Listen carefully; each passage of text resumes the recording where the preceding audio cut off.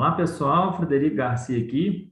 No vídeo de hoje, eu vou apresentar mais um diagnóstico que a gente fez e quais foram as ações tomadas na fazenda que mudaram o resultado da fazenda. Acompanhe o vídeo.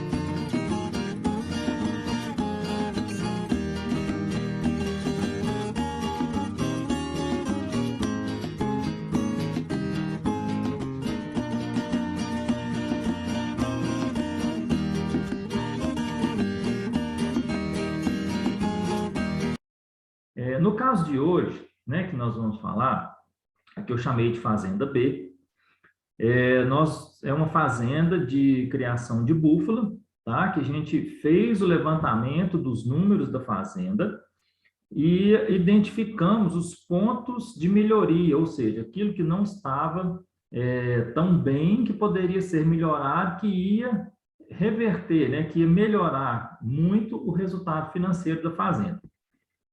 Vamos começar aqui já mostrando os números, né, para a gente poder começar a entender aqui esse processo. Então, Fazenda B, o que a gente viu a princípio? Deixa eu só mudar esse quadrinho aqui. Aí. Lembrando, né, vamos só fazer um parênteses aqui, que todo custo de produção do leite é calculado a média dos últimos 12 meses. Tá? Então, quando a gente fala custo de produção do leite, nós vamos falar a média dos últimos 12 meses, que é a oportunidade que a gente tem de pegar todo o ciclo, todos os acontecimentos, todas as despesas e receitas que vão compor a média do custo. E lógico que esse custo pode ir andando, né?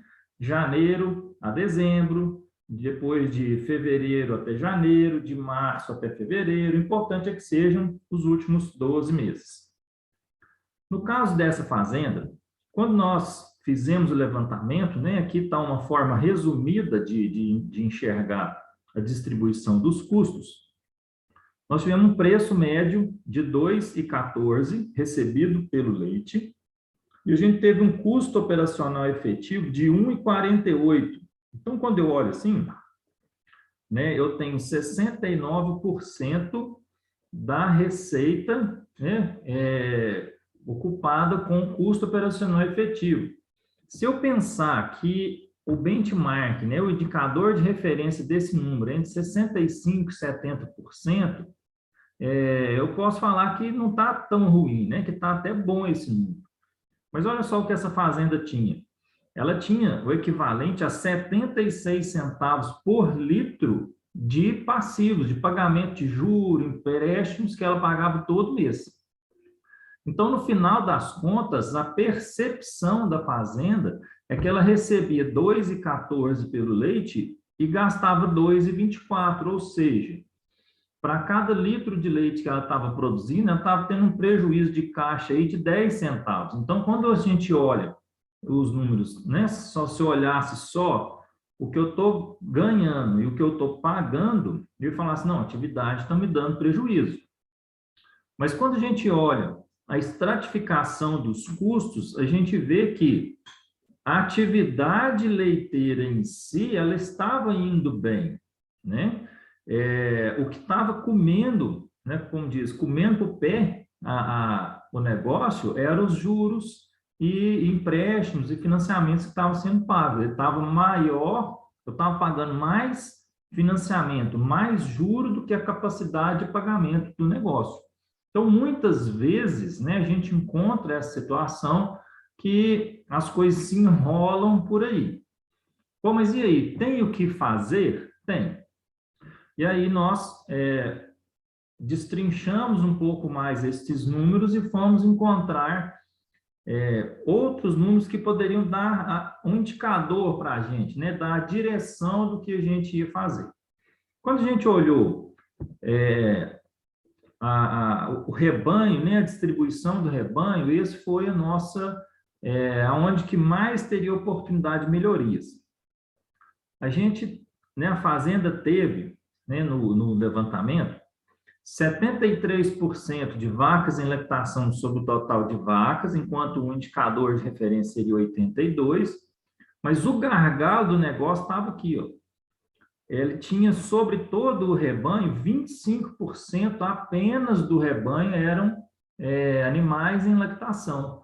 O resto, todo o rebanho, 75% do rebanho era ou vaca seca ou novilha.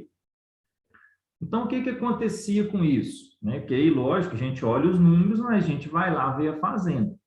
A fazenda tinha, ela estava crescendo, então ela precisava do capital, porque ela estava crescendo o negócio, mas foi ajuntando, foi acumulando bezerras, novilhas, e aí tinha um tanto de área que arrendava para poder colocar esses animais, aí as áreas não eram tão boas, os animais tinham baixo ganho de peso, e aí a idade ao primeiro parto era elevada, e isso acumulava mais novilhas. Então, na hora que a gente pegou esses números, viu que pela área que eu tinha ocupada, eu produzia aí 3 mil litros de leite por hectare ano, somente. Eu tinha uma margem bruta lá de R$ 1.800, e onde que, se comparar com outras atividades, essa margem poderia ser maior, inclusive pela qualidade da fazenda, a gente viu que eu poderia fazer algumas ações para poder reverter esse número. E quais foram as ações tomadas? Nós vendemos um excedente de recria, então a gente definiu, nosso crescimento precisa ser de pelo menos X animais por ano, então eu tenho tantos animais em recria, então para esse crescimento eu preciso só de X animais, então o excedente eu vou vender. Nessa venda, lógico, você já faz uma seleção, Se eu tenho aquelas vacas que eu sei que são melhores, as filhas dessas vacas eu já procurei deixá-las na fazenda. Com a venda desse excedente de recria e a capitalização da empresa, a gente foi lá e pagou os financiamentos de juros mais altos. Então, assim, tinha financiamentos de juros, muitos deles, na verdade, juros mensais. Então, a gente foi lá e quitou boa parte desses financiamentos. E quando reduziu ao tamanho da recria, eu liberei áreas que eu arrendava, eu pagava todo mês por uma área que estava dando uma baixa produtividade. Quando eu passei a não precisar mais dessa área, eu fui lá e entreguei, coincidiu, o contrato estava vencendo e tal, a gente foi lá e entregou esse arrendamento. Então, assim, só mais um exemplo de medidas que a gente toma de forma assertiva, olhando os números da fazenda. Então, nesse caso, eu tinha eu tinha um bom custo de produção, eu estava gastando aí menos de 70% da receita com os custos operacionais. Isso é um bom número. Poderia ser melhor, lógico, com o tempo tiveram ações para melhorar esse número ainda mais, principalmente com relação a aumento de produtividade dos animais, que cabia no momento.